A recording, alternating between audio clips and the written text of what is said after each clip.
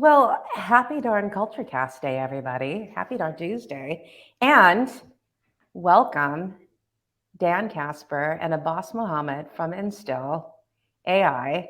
Welcome. Where are you guys? Where are you sitting right now? Well, I'm not actually in a bank vault unlike you, so I should have upped my game today. I'm calling in from Denver, Colorado. Right on, Dan and Abbas. Where are you Right. calling from? I'm calling from Hyderabad. It's a city in southern part of India. Oh my goodness. So again, here we have a global thought leader on this call. Amazing. So thank you for turning into a global meeting. And I know this is CultureCast. So CultureCast is when I have the chance to chat with friends who have something to do with cultivating environments where, whether in company or community, everyone else in the community can thrive. And I am super fired up to spend some time today with both Dan and Abbas from Instill.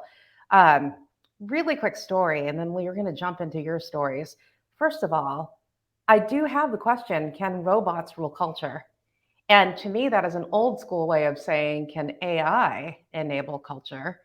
And I think what's fascinating about your company, which I'm excited to talk about, is I had the chance to have dinner with your founder, one of the co founders, almost 2 years ago now. And we were sitting side by side. At that time, I was working at my last company, which was Chipotle. And we'd just gone through this mega transformation.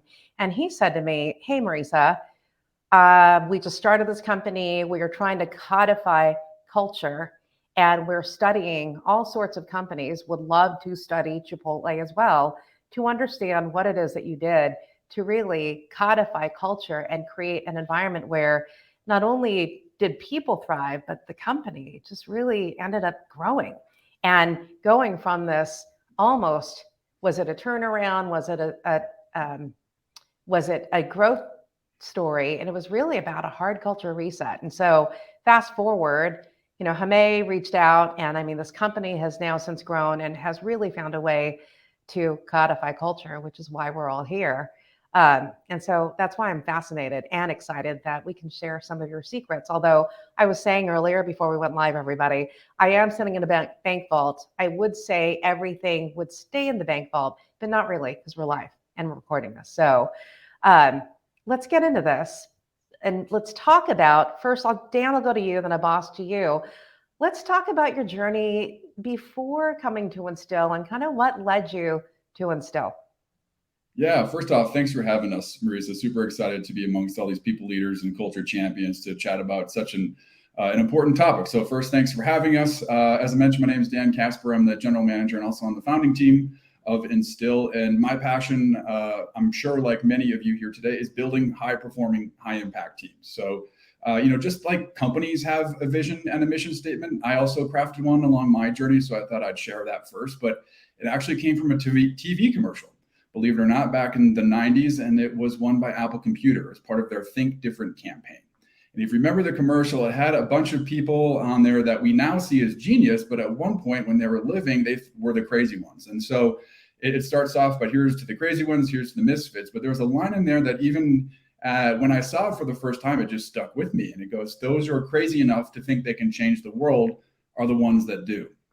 And so my personal vision is along that lines, but to push the human race forward. And my mission statement goes along with that too, and similar to what you're talking about, Marisa, and I'm sure we'll talk more about this today. But my mission statement is to cultivate change by intertwining humanity with technology. So along the themes of humanity and robots and technology, et cetera, like how can we intertwine the two to create a better human experience? So a little bit about my path. I actually grew up in Minnesota, land of the frozen tundras and mosquitoes that are the size of pterodactyls. Survived that. But went to school there as well. It was a D1 private school called the University of St. Thomas. But I also did Navy ROTC as part of that program. So when I graduated from college, I was commissioned in the United States Navy.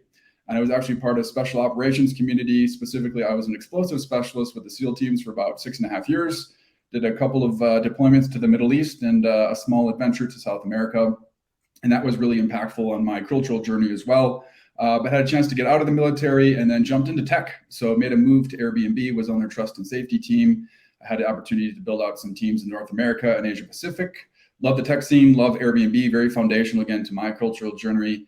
But I love to build, to scale, to grow, to create. So I had a chance to join smaller stage companies. So I was CEO of an HR tech company for about 5.5 years previous to joining Instill. And now Abbas and I are on the founding team of Instill and really excited about, again, intertwining humanity and technology to really optimize and augment the human experience of work. I love it. Thanks, Dan. Yes. Abbas, what is your journey? Right. Yep. So, yeah, I guess my journey is mostly from more of an academic perspective. Firstly, most of I think I have been growing with the computer since the age of 9 or 10, building a lot of games and sort of things.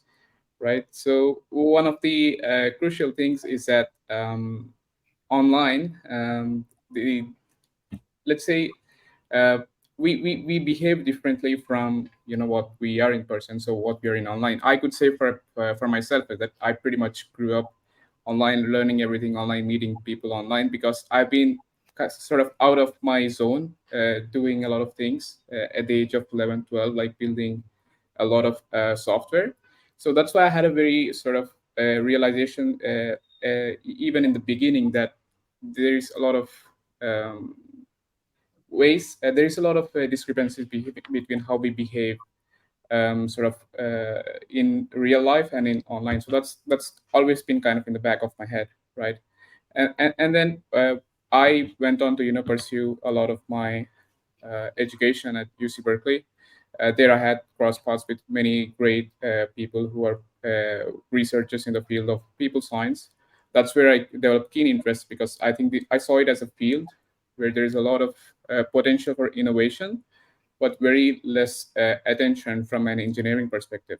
Right, there is a lot of obviously investment done in that field, but not so much for developing the technology behind how we study people sciences. I did that for about a year. I worked with the research. I've published some papers on people sciences and how people kind of um, display things like grit, a psychological trait. And after that, I joined a private consultancy in Sweden. Uh, this is where kind of I would say the turning point, where I kind of went a little bit more deep into these people sciences.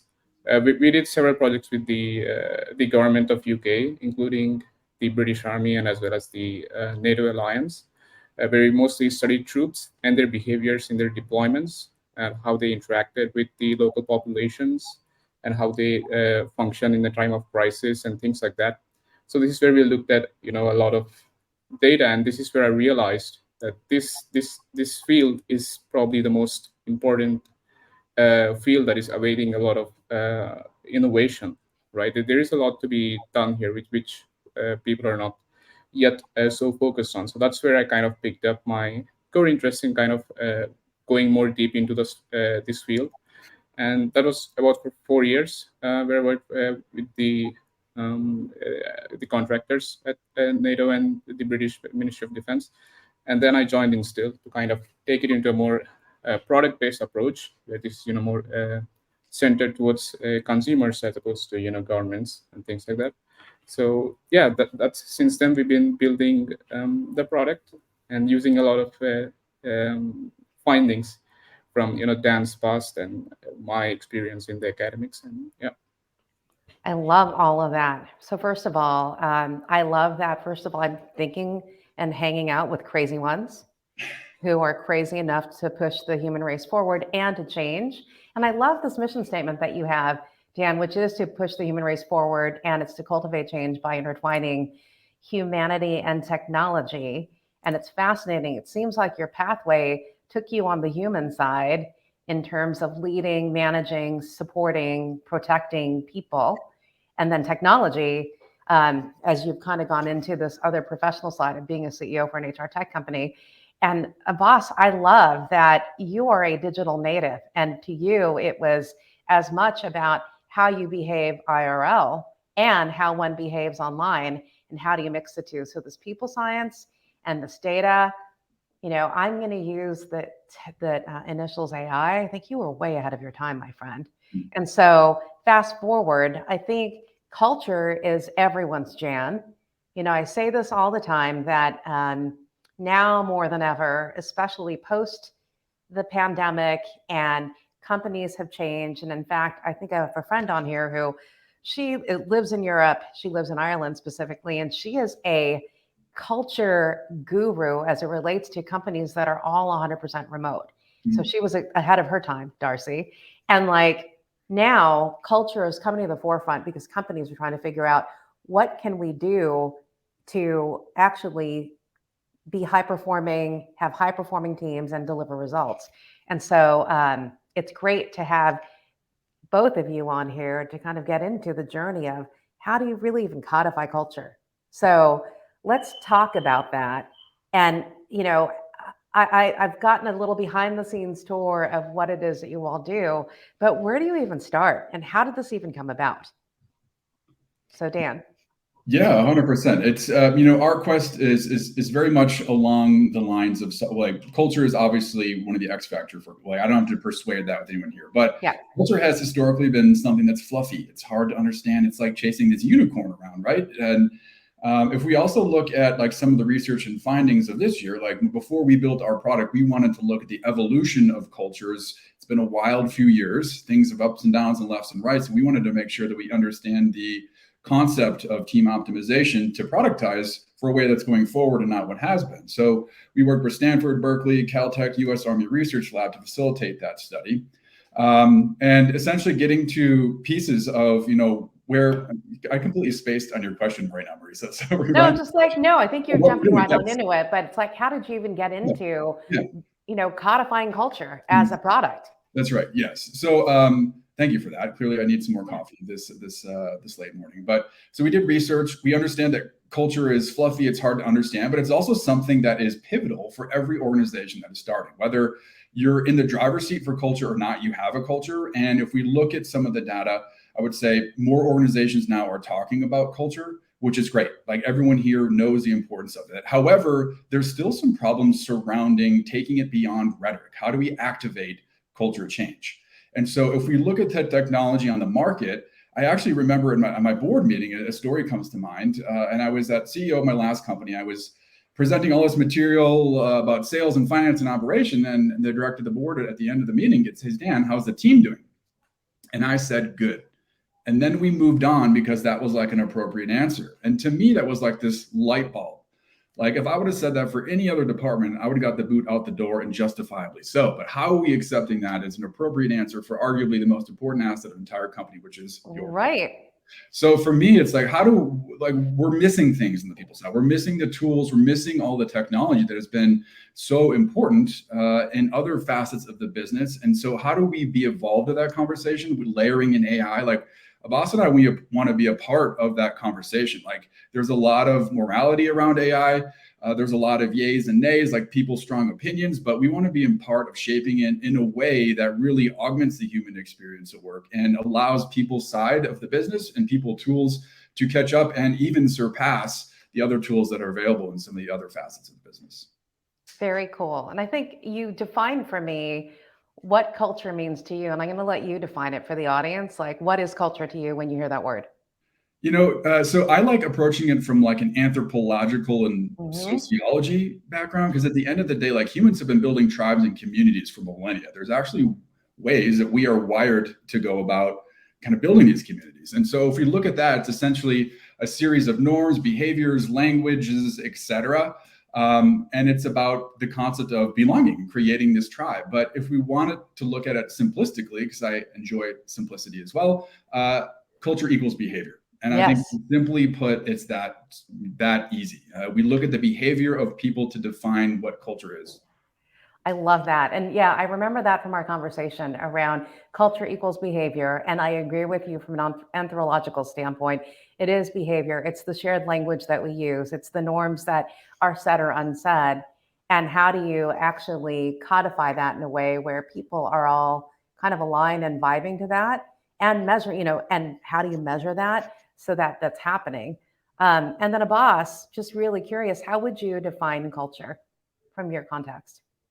Right. I think culture to me is more like a spectrum, rather like it's like a tendency of how authentic can you be, how you can be yourself, and how confident you are in being yourself in a certain group of people or a certain company.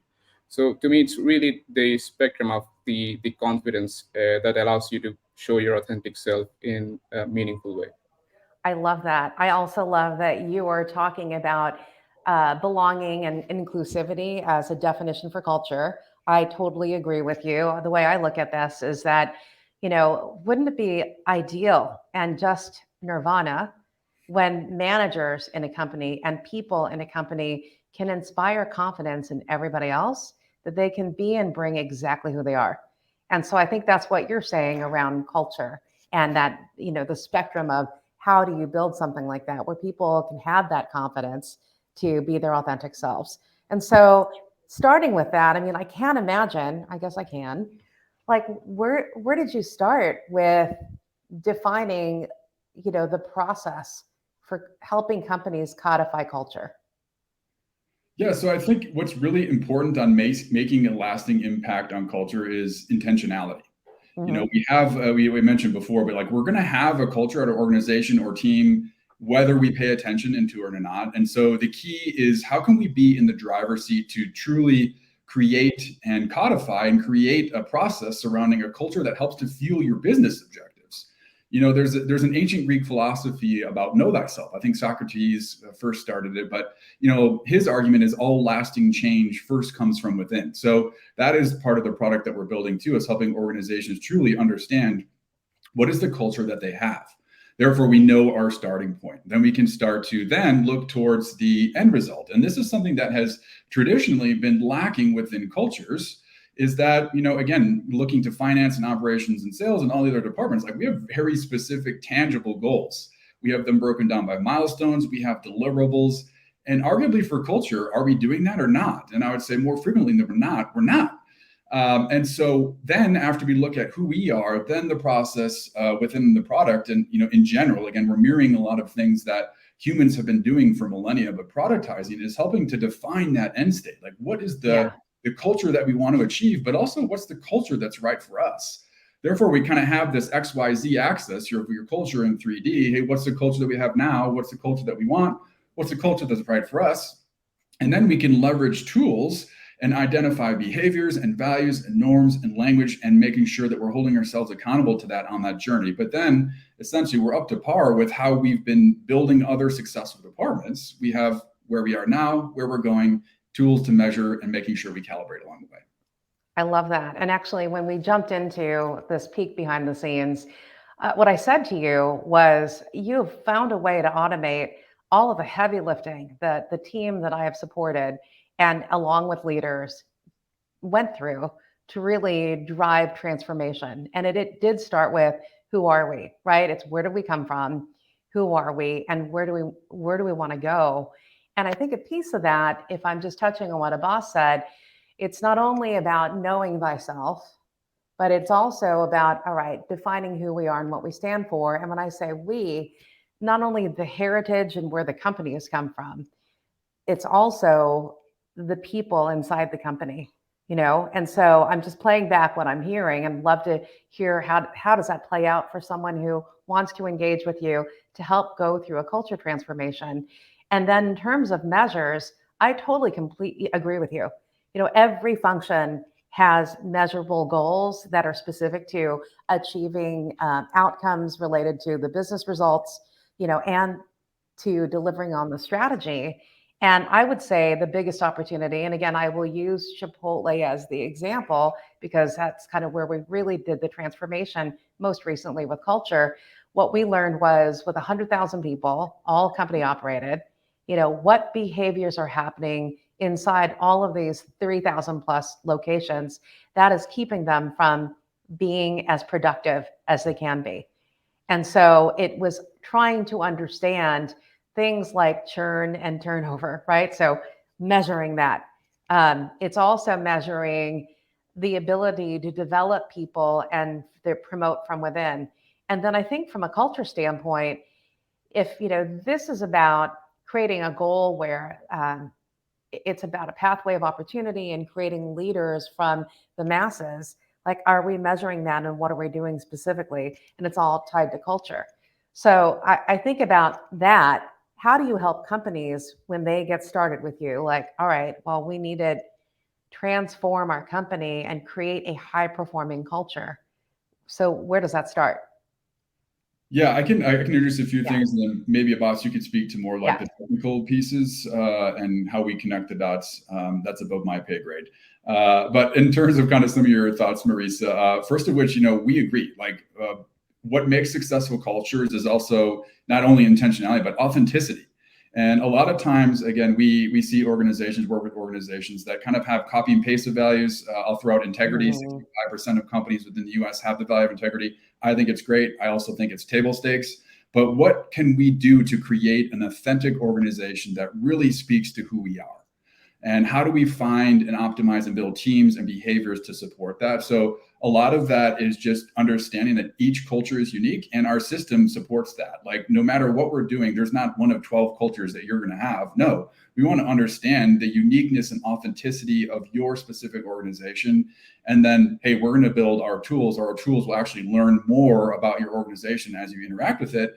And that's some of the beauty of the technology that's available on the market, as we're able to productize Lettuce to make it easier, to make it more live in a way that's highly personalized, highly unique to you, and part of that process too. And so in terms of like how we like to measure, so we actually created a series of culture vital signs, we call them. They're essentially culture KPIs.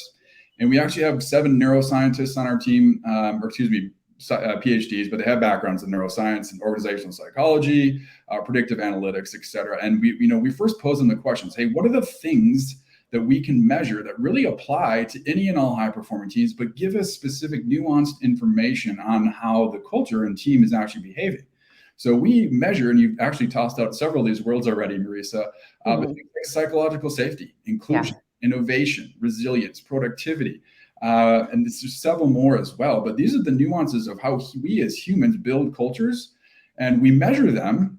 But as Abbas said too, there's a couple different ways we measure them, one of which is through a series of proprietary assessments that create a little bit more information beyond pulse surveys. But we've also built a tool called Instill Sense, and it actually joins meetings and it looks at the use of language and how people are communicating and gives you scores on your culture. It gives you tips and tricks and coaching for leaders and managers. Hey, Dan, when you said this, your team's stress scores went up. Hey, when you said this, psychological safety dropped.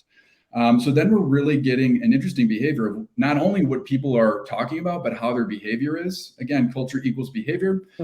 And then we'll get more into the technology too. But, we're in this AI revolution and it's crazy how fast it's changing. But how can we use that again to augment the human experience of work? And so we've built our own large language model that Abbas can tell you more. But, like OpenAI has trained theirs on 80 billion data points across the internet. It's phenomenal. With that, the internet is also a crazy place. Yeah. We've decided to build our own and only train it with like vetted scholarly information on culture and team formation, our own research, et cetera. So the way we leverage that is it actually gives highly personalized, very timely action steps that go to individuals, leaders, and executives on how to change the behavior based upon exactly what's happening in their unique culture. Therefore, you don't have to guess, you don't have to speculate. Your new managers don't exactly have to go through Google and what do I do to lead a team? Like, it's very personalized into how to build your ideal culture. That's wild. So before we jump into a boss, because I'm curious how you even did this, there is a robot, use that word again, who actually attends your meetings. And I think I've been to meetings with you virtually where there's someone there who's listening, right? And helping you take notes in the meeting. But what you're telling me is post the meeting based on the values that have been bespoke and specific to the company based on all the research you've done, et cetera. And I agree with you. If they're just words up on a wall, anyone can have those values. They've got to be very specific to the culture you're trying to create in your company. But like, based on all of that, this robot is going to give you specific feedback, leader / participant in the meeting. Here's when you use these words or when you said this, and you look at the culture KPIs, it will tell you where you're trending up or trending down and give you specific ideas on what you can do differently. Is that what you're saying? Yeah, you're exactly right. And that's some of the beauty of this technology is it is so useful and it's so timely and personable. And actually, some of the nuances, or even the instill sense is what we call it. But the robot, in fact, Abbas, we should probably name this thing. So we'll I know, right? name it as, maybe drop it in comments what we should name this thing, and we'll go with that. Maybe that's a dangerous play, but who knows? But yes, and that's some of the beauty of it, is it really helps to be a coach for you if used correctly. And not even that, but it actually speaks to me differently than it speaks to Abbas, because Abbas and I have different psychometric profiles. And so it uses language that really resonates with the audience. So it's wild, not only what you can do in terms of coaching and feedback, but even values alignment. So what values of your company actually showed up in your meetings. You can slice and dice this information, and it's just really, it's an interesting way to get, what people take on assessments, which is great. We still use them too, but there's like a survey fatigue is out there. Like, how many assessments do we get? And we're going into election year, we're going to get 1,000 a day. So are there ways to capture potentially more accurate data without having to bog the team down with yet another assessment? Right. And Abbas, how did you even think about coming up with this, I'll say, fun shadow hanging out during the meeting, this robot, to help coach people? And I guess you already answered my question. I was going to say, and when people get the feedback, do they listen? And you just answer the question based on your psychometrics. They're going to give you feedback in the way that meets you where you're at, essentially. Right. So the core principle of the way we develop this bot is basically we see the culture KPIs, as Dan mentioned, the culture vital signs, as something multidimensional, right? I can give you an example for that, and this is how the bot also the works as well, right? For example, take innovation, which is one of the KPIs that we measure for companies, right? If we say innovation of certain individual is high, whether it's based on an assessment or this robot, right? It does not mean that innovation is being contributed within a team, right? If your psychological safety is very low, the innovation of an individual does not get expressed within a team because they're too afraid to express their ideas, perhaps, right? So that's why we take a multi-dimensional approach. Is that we don't treat these cultural KPIs as problems, but rather symptoms, right? And this is where we have the need to have solutions like this robot to give us enough information so we could look at multiple dimensions, right?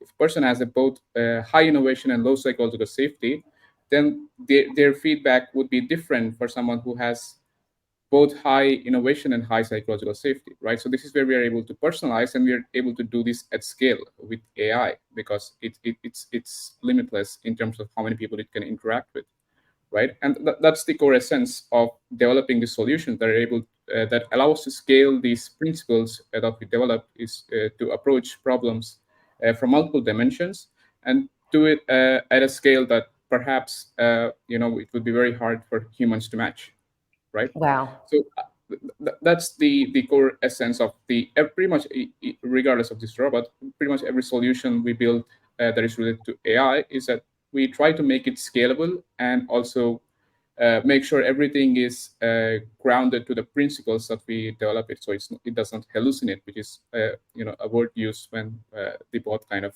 goes out of hand. But yeah, that's the core essence of how we build these solutions. That's very cool. And actually, while you were chatting, and by the way, LinkedIn user / Jeffrey Siminoff, yes, I saw your very long comment, which is awesome. And actually, Jeffrey works for RFK, Center for Human Rights, and specifically leads an initiative on workplace dignity. And we talk about behavior, and we talk about how personal work is, because people spend more of their waking hours working than they are likely doing anything else to make a living. And I guess he was reading in the product overview for Instill that leaders who undermine employee autonomy are corrosive because they undermine the dignity of work.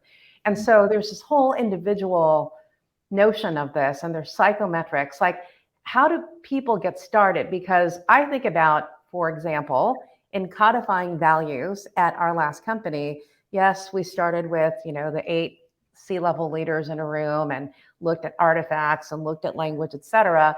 But then our small but mighty team went out and spoke with 300 hourly employees to get their feedback as a sampling and a representation of, all right, what do these values really mean? What does it look like? What does success look like when we behave this way? Blah, blah, blah, right? So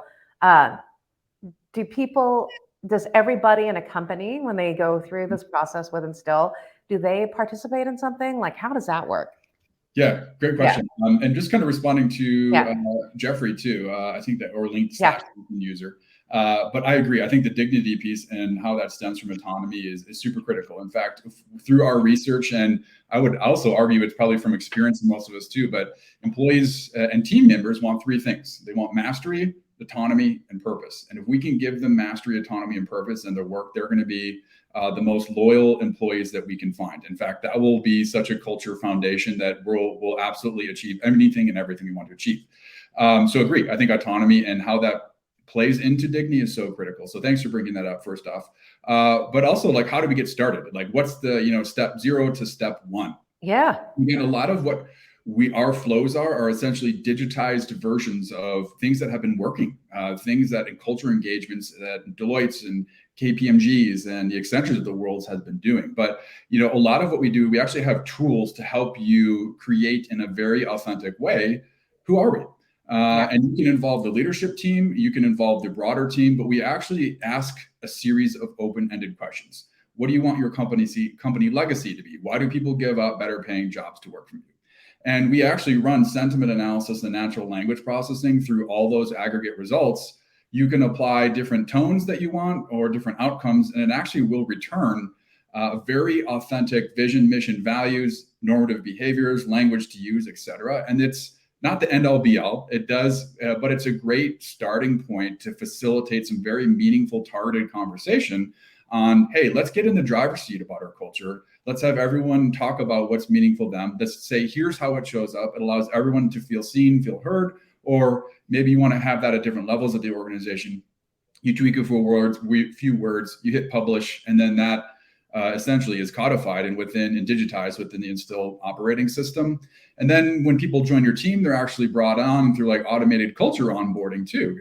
That way we can learn the values, we can learn, interact. What does it actually look like to meet, to exceed, to miss expectations? We digitally sign off on that because we know public attestation is very pivotal to, again, being a keeper of the culture. So it's very similar to what has been most successful in research-backed, validated procedures for building culture. Again, we just take a digital lens. Yeah, I love it. And I love that you found a way to actually help people co-create what's happening in the culture by everyone participating in one way or the other, these open-ended questions. And even if I'm wondering if you're a new employee to a company that has Instill as their partner to help codify culture, are they also filling out the same questionnaire? Are they also giving feedback on the culture that they're hoping to be a part of? Or are they aligning to the behaviors that have already been identified these are the successful behaviors for this culture? Yeah, they're actually co-authoring this. Like if you're on the team, you have an active seat at the company, like we want to hear from you. Our argument is everyone at the organization is a keeper of the culture, and culture happens at all levels with the organizations, different ways. And we address that within the company. But we also believe that getting people on your roster is also very important to culture formation. In fact, we have some flows that address optimal team formation, which is a marketing term for how do we build smarter teams. And so even in the hiring process, before that person actively sits on your team, like how do we look at compatibility? How do we look at values alignment? How do we look at how they're wired or psychometrics to making sure that we're evolving what has historically been the culture interview into something that's much more data focused, very meaningful, and therefore we're adding people that are not just culture fits, but true culture adds that will take our culture to where we want to go. So that would be my argument too, is they actually should, if they're on the roster, if it's day one, absolutely, but we need to also be intentional about who's coming in on our teams. I love that. And I love that you were specific about not just culture fits, but culture adds and how you evolve the company and the culture based on the goals that have been set. And that speaks to the notion of inclusiveness, which I think is interesting. But I want to back up a little bit. You talked a little bit too about like, what are the three things, in the context of addressing Jeff's comment around dignity. And you said the three things that employees want from a job is mastery, autonomy, and purpose. And so I'm curious, Abbas, like how does that get measured? Right. So the measurement mostly comes out of, like Dan mentioned, the behavior, Okay. right? So when it comes to measuring subtle nuances like autonomy, for instance, is we basically leverage the assessments, right? And to speak to that, we try to promote a sort of authenticity within when people kind of use our product, is that they can be their true self, because no human is looking at their data, because all of this is being analyzed Yeah. with completely anonymized. So there is no possibility of someone looking at and getting an idea of what's happening behind the scenes, right? And that's one thing. And second, when we get when we are able to collect this data both through what user says and how user behaves through different products. It's like the user can when I say user, when an employee says something and they behave something else, and we get a good idea from that, is that, oh, this is there's definitely not misalignment in this case, right? They want to be something, but they're unable to be that, and that's where we kind of derive the insights when it comes to measuring the nuances.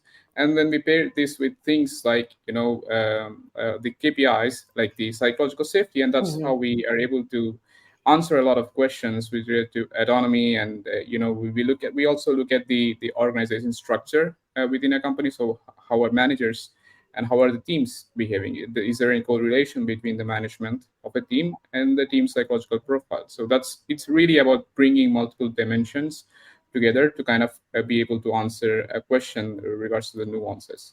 Yeah, I love that too. And I know Dan mentioned this as well, that there's a piece around org design, as everyone's profiles come together, and how do you optimize kind of team performance even before you add someone on. And that's a whole notion of culture add.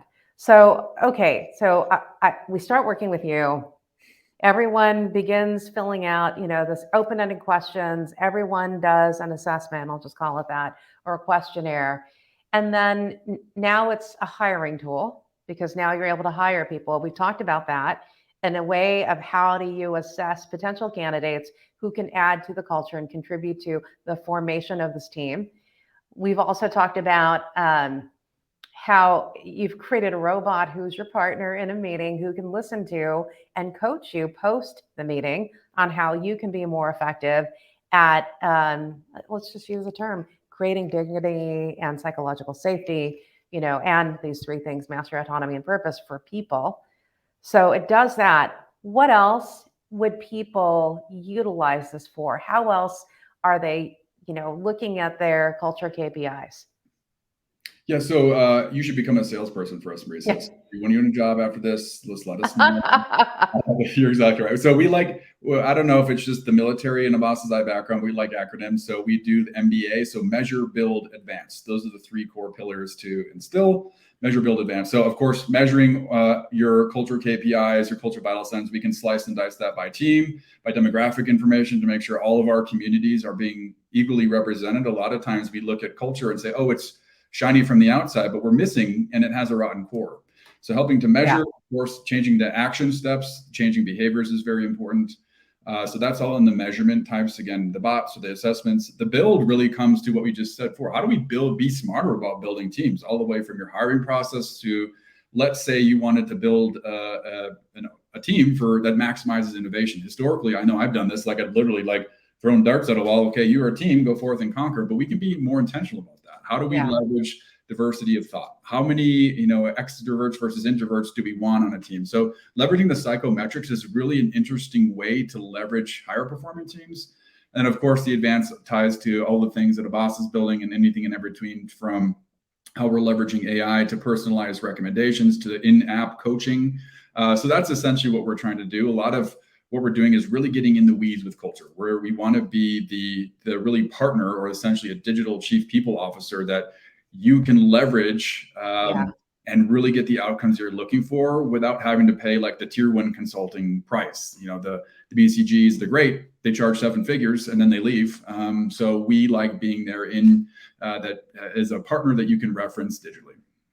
I love that. Yeah, you made me think about this, and I think I shared this with you when I was reviewing the product with you. Look, especially if one is a startup company, right? And who wants to pay 7 figures with these large firms when you can actually have a partner who can get in there and really get into the minds of your people through this tool that you've created. It's an extension, if not, it's how you can build a people function.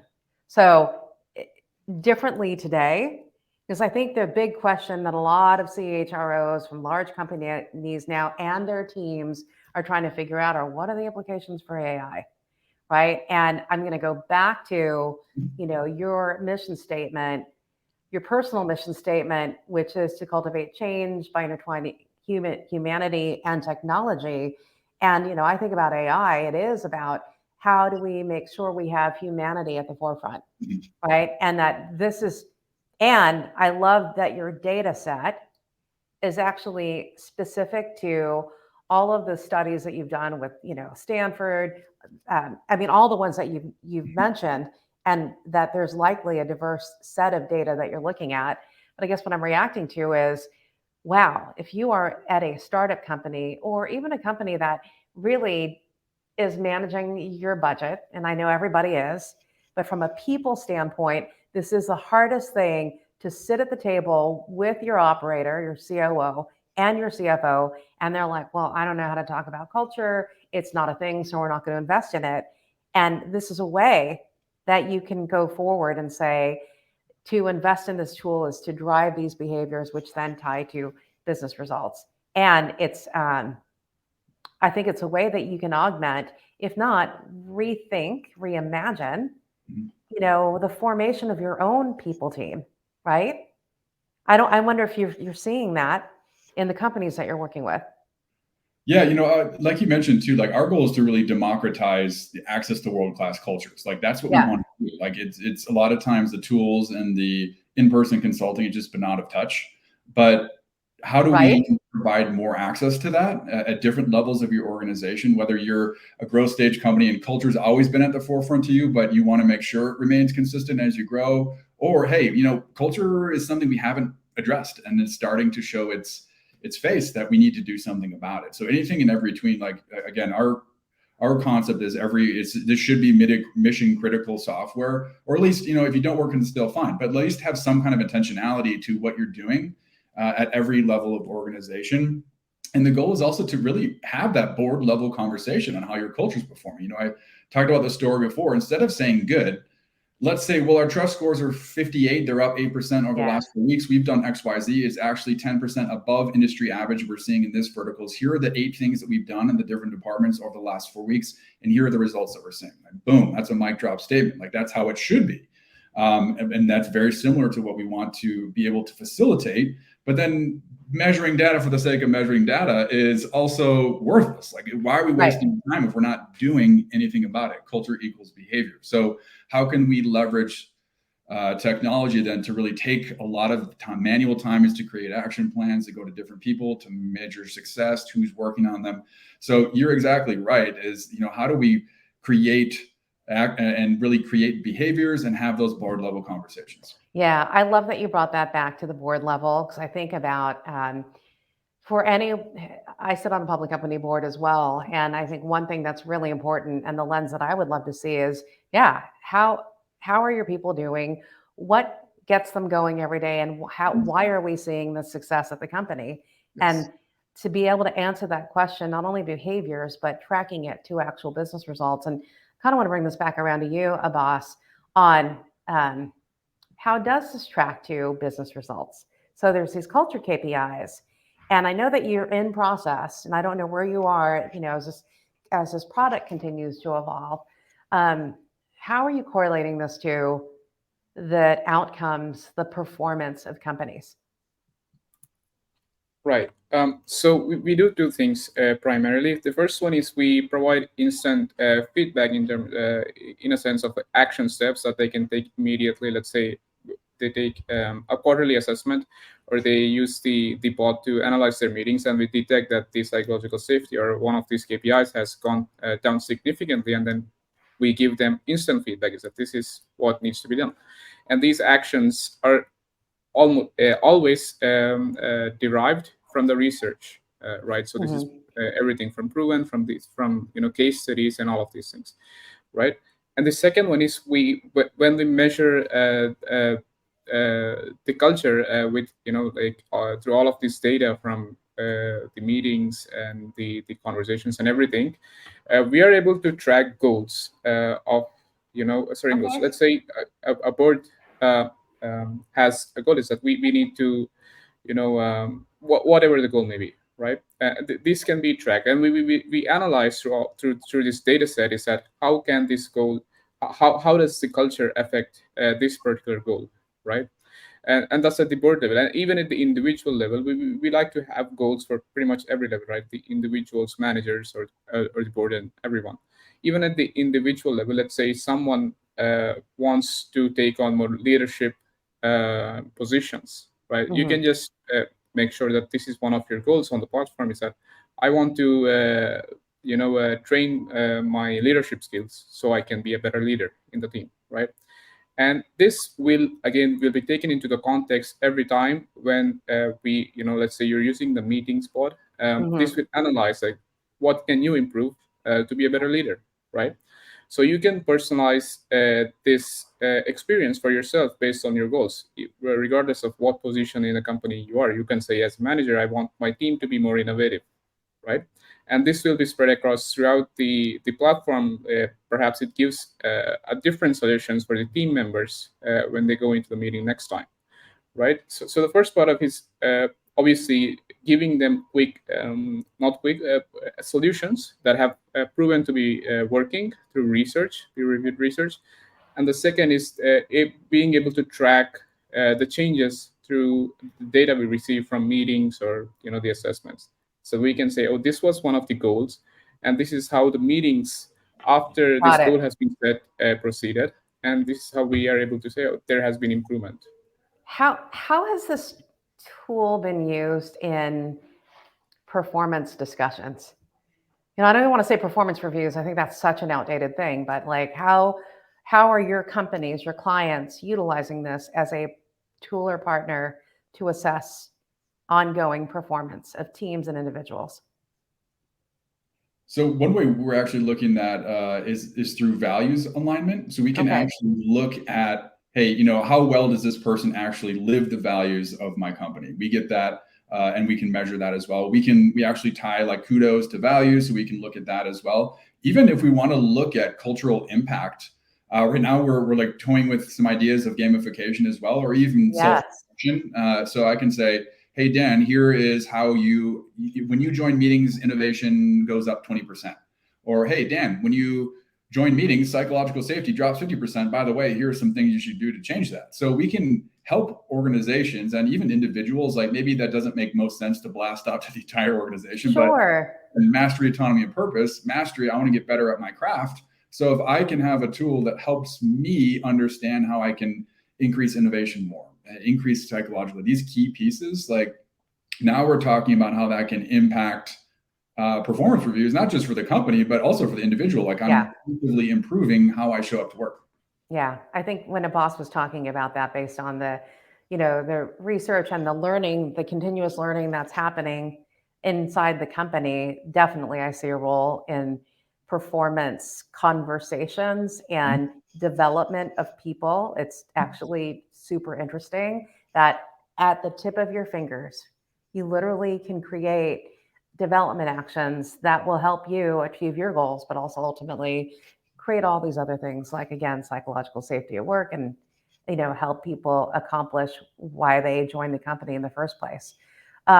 Question though, on the related to business results, and I don't know where you all are yet at correlating. All right, now you've got the set of clients who have been working with you to codify their culture, and you've collected all this data that's specific to their ability to live their values and live the behaviors that translate to the values and purpose and mission of the company. what have you seen in terms of it driving, a high performance culture where these companies are now killing it, or at least profitable, right? Like for themselves. Have you done any work on that or have tracked against that? Yeah, it's we're actually building case studies right now. So Okay. that's one of the challenges of being in early stage companies. We're talking theory. Like once right now we're in the process of building some case studies, one of which is with our early clients, which is actually the US Army Research Lab has been using our tool for some time, specifically surrounding inclusion topics. But if we look at business outcomes, okay, we understand these are culture KPIs, great. But how is that making more money? How is that Yes. making me more profitable? How is it impacting my EBITDA, net income, and cash flow statements? Like I get it, right? And we could look at all the research. MIT Sloan put out a great article that talks about, hey, high engagement organizations actually have higher EBITDA by about 5x over a 5-year period. So great. But things that are relatively easy to quantify to make that jump, one of which is churn data. That's also highly costly. And so if we're able to build smarter teams that decrease churns or decrease mishires, that's a huge impact on some cost savings. Or if we look at productivity, which the platform can also help to measure. Like this, again, we can do more with less time. We don't have to hire as much. That's relatively easy to quantify and have, that's either cost savings or revenue drivers, and even retention. Like we want to create an environment where A, people want to work. In fact, studies also show like A players want to work with A players. And so if we let the bar slip slowly over time, those A players will leave, and now the productivity and other elements that we're bringing to the table. So how do we understand who is core to our culture keepers? How do we retain them? Yeah. Well, so those are the initial jumps that we're making are to productivity, churn, and retention. Of course, we can connect to other engagement pieces as well, potentially even integrating to other business solutions or tools like, hey, let's integrate, let's say, Microsoft Office as the trends for culture KPIs go up, how does that reflect in your top line growth, et cetera? So I love that. Plans to go there, but initially we're going with productivity, retention, and churn. That's awesome. Yeah, I was reading this, and I need to get into the body of it, but there's a new study that Society for Human Resources Management did, and it's this whole empathy index. Mm-hmm. And you're making me think about, like, again, in the outcome of the study is the higher the empathy index scores, and there are some similar measures as you've probably already measured within Instill and culture. The higher those are, there's a high correlation to all the key business, right? EBITDA, top line, overall return on sales, et cetera. So I think it's fascinating. And what you made me think about is you think about what's next, and actually bringing this to help companies understand how we started in the first place and how you started your story, which is at a board meeting, you're talking about the strategy and the performance of a business. And when people say, how are the people doing? And you say, good. Like there's this dimension to that. And I think what you've been able to do as I've been listening to you is like, if we break down the definition of diversity, inclusion, belonging, equity, all that terminology, which again has been through the ringer since 2020. There's all these diversity departments have popped up, and then like in 2023, now with opportunities to streamline, that's going away. What you're doing is in action, really cultivating environments. We're giving people the tools that will enable an environment where the diversity of thought, backgrounds, experiences is welcome, right? And that it helps leaders continue to create an environment where people feel like they can belong, that they feel like they can work with dignity, all of those things. So I think, again, not that I'm trying to be a salesperson for you, if we can break down these, DEIB, whatever acronym, and equity, help people understand when you are doing these things and creating a culture where it is about ultimately thriving, that you are accomplishing these goals, which is creating a diverse organization. And I guess that's a question too, like, are you able to measure diversity? And I'd say the obvious, right? So gender, race, et cetera, at every level. And have you seen a correlation there? Any movement there? So yeah, we actually do. We measure inclusion specifically. Okay. That's one of our culture KPIs. And we actually, when we tested this with the Army Research Lab, they spend millions of dollars on different DEI trainings. And so essentially they run our tools beforehand and afterwards, and they say, which should we actually allocate more of our funds to? Therefore, we're not spending money and thousands of dollars for training that actually isn't impacting people's sentiment of inclusion, and which I think is a really interesting and key piece. Like if we look at the science of team formation and cultures, diversity isn't optional if you want high performing teams. Like, right. What your background is, your preferences. Like if you want a high performing team, diversity needs to be an equation. It needs to be a variable in the equation. And it's absolutely essential from our get-go. It's something that needs to be injected at multiple levels. Also understanding that at different levels of the organization, different communities. Again, culture, we don't want this 30,000 foot view. We get down into it, get down into the teams. How are different communities feeling like they can be their authentic self, so they can be included, because that is really going to be more insightful than, okay, our overall inclusion score is X. Totally. We need to get down and have the conversation because it's a non-negotiable item in all high-performing teams. Yeah, diversity is not an option, friends. Neither is dignity. I mean, I think that needs to happen. I know we're coming up to the top of the hour. I do want to just get to a couple of fun questions. And I always love to do this when we talk about culture. Let's talk about pop culture. Okay, so Dan and Abbas, I'm going to let you choose. Like, what are you vibing with these days? Like, what's your favorite thing to wear, thing to eat, program to listen to or watch? What are you reading? Any one of those. Like, what's your fave these days? What are you loving? Abbas, you want to go first? Sure. Yeah, mine would be a little bit different, I guess, from a lot of answers you get. I am more interested in reading about history, right? The civilizations and things like that. And I would say this is pretty much all of my free time.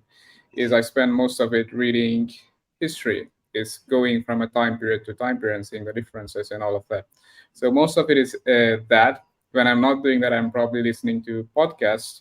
I guess one of my go-to is the MIT Tech Reviews. It's called the In Machines We Trust. So again, it's also kind of related to the Nice. AI.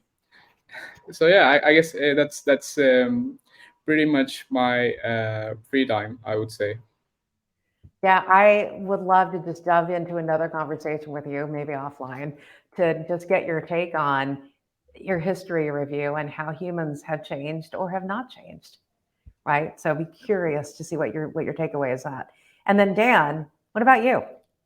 Yeah, so in my spare time and weekends, I'm in Denver, so it makes it easy to get up to the mountains. That's how I recharge, is kind of getting off the grid, and adventure scene is kind of what fuels me. It's almost like a moving meditation for anything that is more adrenaline or adventure. But in terms of, content that I think is interesting, I've been really getting into the philosophy of Stoicism. I think exceptionally relevant for leaders and executives. It helps me be in the present. It helps me think through before reacting, and helps me be more intentional. So really, it's been a philosophy that's really been resonating with me. So a couple of podcasts in there. I also just wrapped up an interesting book also on culture. It's called Legacy by James Kerr, but it follows the New Zealand All Blacks. It's a rugby team, one of the most winning teams in all of history, but it goes into their culture. Like, what is the culture that has allowed them to be as successful as they have? And I thought it was super interesting. So yeah, those are the two pieces of content that I've been into recently. I love it. Well, I will tell you, all the peeps who are listening right now and part of this conversation, we all join you in your personal mission to push the human race forward and cultivate change by intertwining humanity and technology. I love this. I mean, it relates to, I think, my personal calling. I've done a lot of work on that.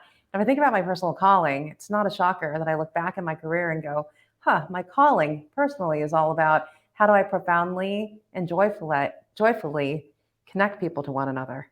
And then how does that create opportunity or pathway to opportunity for each other? So I'm so vibing with you and appreciate you. And thank you so much for this quick hour. I can't believe we're at the top of the hour. I want to thank everyone who joined us.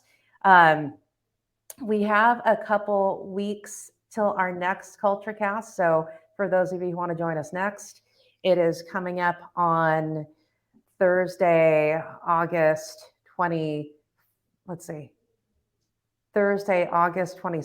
We're going to be with Dr. Joey to talk about his positivity and positive workplace podcast that he has. And I will thank Dan and Abbas for joining us. how can we reach you before we sign off? How can people find you? LinkedIn would be great. I would love to connect with you. I'm sure I have just as much, if not more, to learn from each and every one of you. So would love to connect. Great. Abbas, same thing? Yeah, same thing. LinkedIn would be perfect.